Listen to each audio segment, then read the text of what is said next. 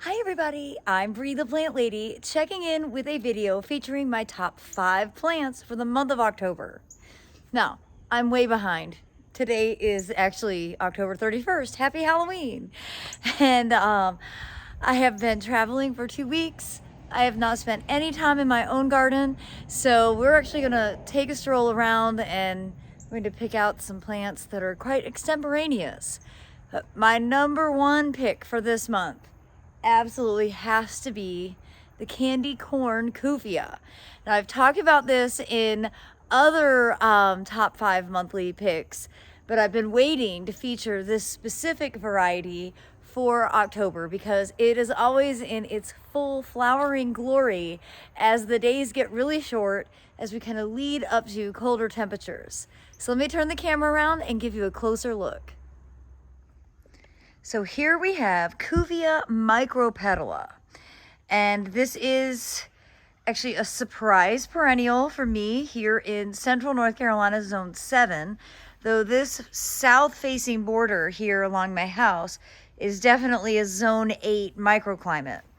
And I planted this, I guess, close to 10 years ago and did not anticipate it actually coming through, but it has, and every year it gets bigger. In fact, let me show you down here. You can see I cut it back pretty low to the ground because after frost, this will, well, not look great. But up until frost, it just absolutely is the most incredible thing with those brilliantly colored flowers. Now, we were supposed to have frost about 2 weeks ago, and we dodged it here in Fuquay. I was actually in Athens, Georgia, where they did get a hard frost, and my parents got a light frost in Aiken. Both of those locations are real zone 8, so it was pretty amazing that we didn't get frost here in the Raleigh area.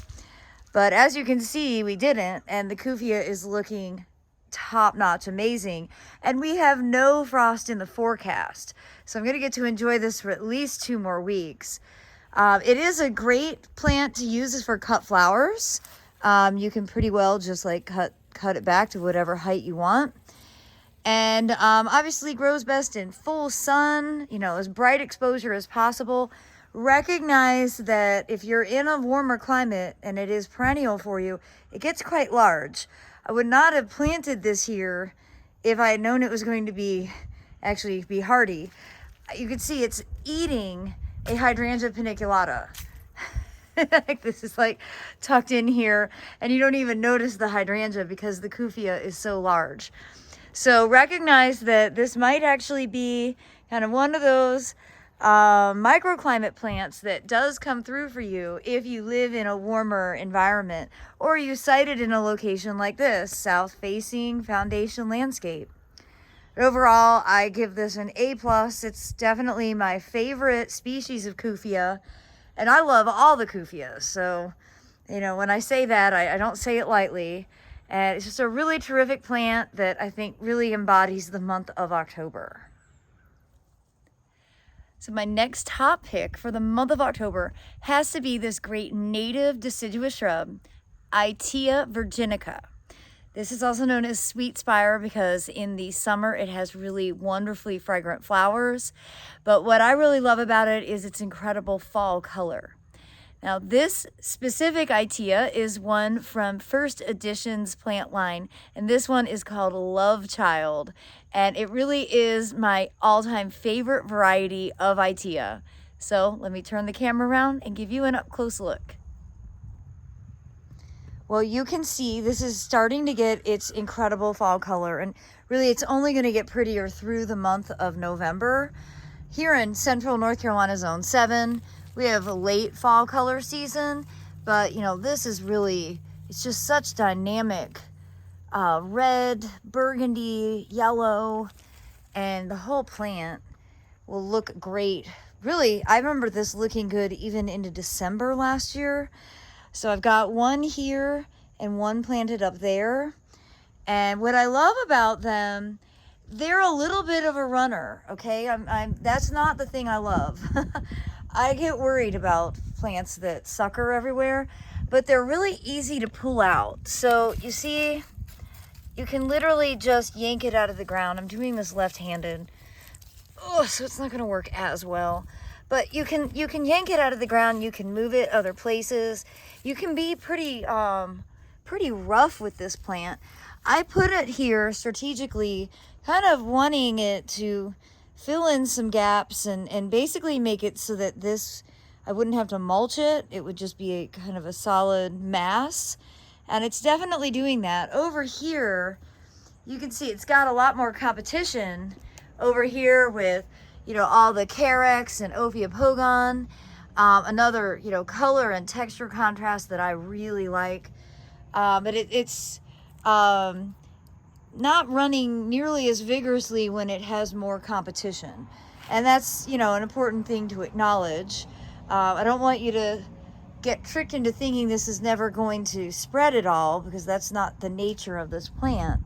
But if you put it in the right spot where it can spread, and that makes it so that you actually have to do less maintenance, I think that's a pretty big advantage for a plant to offer. So again, this is Love Child Sweet Spire, a top pick for October, really any fall interest, because of its extraordinary autumn coloration. So October can kind of be a tricky month in Zone 7 because some years we do have frost, and well, some of the plants that I'm featuring right now wouldn't necessarily look as good as they do. But because we have been frost free, I get to feature the pineapple sage because it's now finally in bloom. Of course, I've been growing this all summer long, and it just kind of grows vegetatively. This is one of those salvias that is triggered by day length, and that's actually what makes it chemically change into growing blooms instead of only putting out vegetative growth. Wow, if only the hummingbirds were still here. Of course, the bees are, and you can see there is some pollinator activity right now. And this is Salvia elegans. I learned it as Aria. I've been searching the internet, and I think there are some patented varieties, but I'm pretty certain this is just the old-fashioned yellow-leafed pineapple sage. Now, why is it called pineapple sage? Well, it's really easy. You rub the leaf, and then it smells like pineapple. It's that simple. And like most salvias, the deer don't like to eat it. So notice how happy this is growing. It hasn't been nibbled on by anybody. You know, I planted this as a tiny plant, like it was in a pot like about that big back in May, and all of that has grown. I don't expect it to be hardy. However, it could be hardy. It depends on how cold we get this winter. Often these aren't reliably hardy, so, you know, we call them marginal. It's grown a lot bigger than I anticipated it. This was one plant, and this is easily, you know, 3 by 3 at this stage. If it does come through, that probably isn't the right spot for it. So I was telling you about that Kufia that I didn't think was going to be hardy, and it has been now for a decade. Like, the same thing can sometimes happen, particularly as this climate changes and we just don't have consistent winters like we used to. It's more and more difficult to determine whether a plant will actually be reliable or not, because there's a lot more that goes into successfully overwintering a plant than just temperature. I mean, temperature is a part of it, but fluctuations and moisture in the ground, and well, there's a lot that isn't actually assessed in our hardiness zones. So it's never as simple as just being like, it's a zone 7 hardy. We'll see. I'm not going to rip it out. When this does get frosted, it'll die to the ground and it'll be really ugly.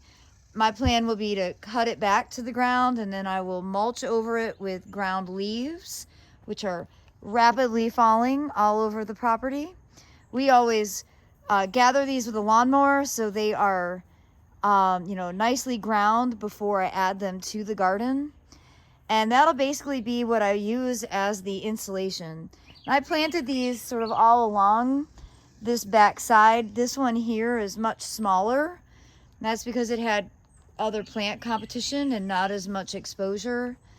There's another one planted over here on this end.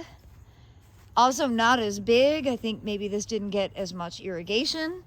Lots of different factors into plant performance.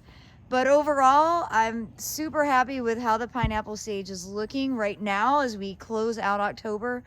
And I definitely recommend this for anybody who wants a bright pop of chartreuse and then gorgeous bright red flowers going into the beginning part of November. Well, another marginally hardy, kind of on the cusp plant is odontana. This is Odontanema strictum, I think. This is a South American native that, again, I bought thinking would be an annual. And it isn't. It has been totally hardy for me, now going on to a decade. And it's yet another plant that is triggered with short days. So it grows vegetatively all summer long. And then towards the latter half of October through November until we have a hard frost, you get these really cool, kind of waxy, bright red flowers. Now, again, I just said this with the Salvia elegans, the pineapple sage. It's really too bad that the hummingbirds are already gone, because this is like the exact plant that hummingbirds would want to gather nectar from. But that's the issue where I'm growing something, you know, from a different technically a different continent, that blooms out of season here. And so it doesn't really completely do its job ecologically, but it brings me a lot of joy. So let me turn the camera around and I'll give you an up close view of what this looks like after being in the ground and proving to be hardy here in Zone 7 for, I guess, maybe the last 7 or 8 years. Well, as you can see, it's planted here next to my garbage cans. And this is, you know, a southwest facing corner, but it's got some cover from the native azalea and this podocarpus. And I planted it. It was a tiny plant. I got it at Big Bloomers with literally no expectations whatsoever. And, well, here we are. So you can see, again, after frost, I cut it down. It does have these hollow stems. And I usually cover it, just like I said with the salvia, with ground-aged leaves. Not really aged, just ground leaves, to give it a little insulation. Obviously, I've got something going on nutritionally here where these, like you can see, this looks like a virus. I'm not sure what that would be caused from. And maybe from a thrip or some sort of insect. I mean, I don't think it's that big of a problem. I'm certainly not going to do anything about it. You know, this is the main reason you grow it. These very tropical, I mean, they almost seem fake. These blooms are pretty incredible. And they're great in cut flower arrangements. They last a really long time. And you can see here, it's about 3 foot tall and maybe about 3 foot wide. I don't do any pruning on it throughout the growing season. Just after a hard frost, I basically cut it to the ground and it keeps coming back. So maybe put that on your must grow list for next season. And finally, I can't not mention brugmansia, the angel's trumpet. It's in full flowering glory, and in the evenings the smell is so intoxicating. And this is Charles Grimaldi, really, I think, the hardiest of all the brugmansias. In warmer climates, you have a lot of really great varieties to grow. And even in the Raleigh area, I know, like at Plant Delights, they have tons of different varieties of brugmansia. This is the only one that I actually have on my property, so it's the one I talk about. And it's been reliably perennial for me. This was planted in 2011, so, you know, this has been in the ground 11 years. Another plant that, you know, it'll die back from frost, and I often don't cut it all the way down because, like a lot of these things, it's got hollow stems, and the hollow stem holds water in the winter it's possible that it will actually rot out, and it won't die from cold. It'll die from being too wet. And so this is again one that when I do cut it back, I put leaves as insulation essentially around the base, and that has worked out really well for me. It may or may not be necessary, but it's just kind of the habit I'm in. Got a lot of leaves, more and more every year as my trees get bigger, and I might as well use them in the garden. They really are what turn into black magic.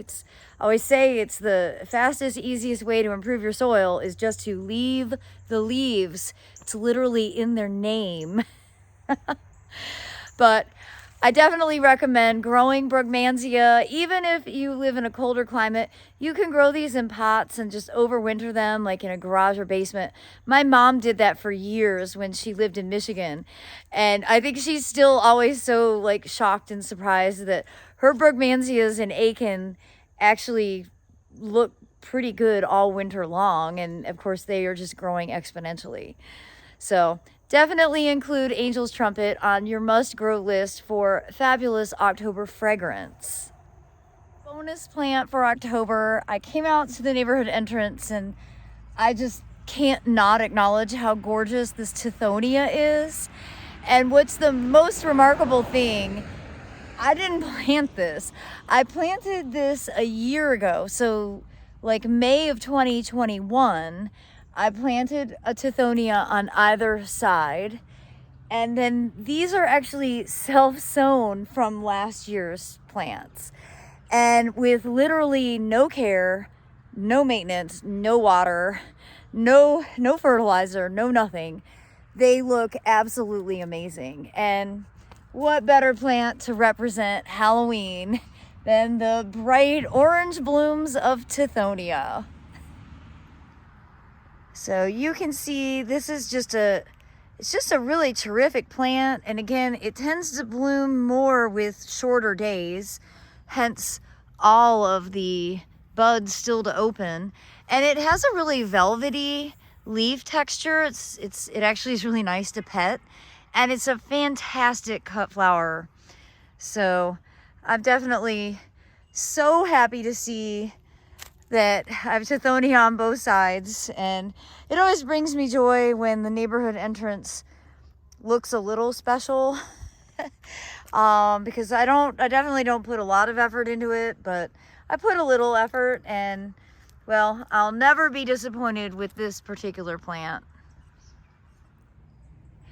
Well, I hope that these top 6 plants for the month of October will inspire each of you, and I'm wishing you all the best. Have a happy Halloween, and I look forward to sharing more regular updates now that I'm finally back in town, and I'll be getting started on ripping some of my summer plantings out and getting everything replanted for the cool season. So be sure to subscribe.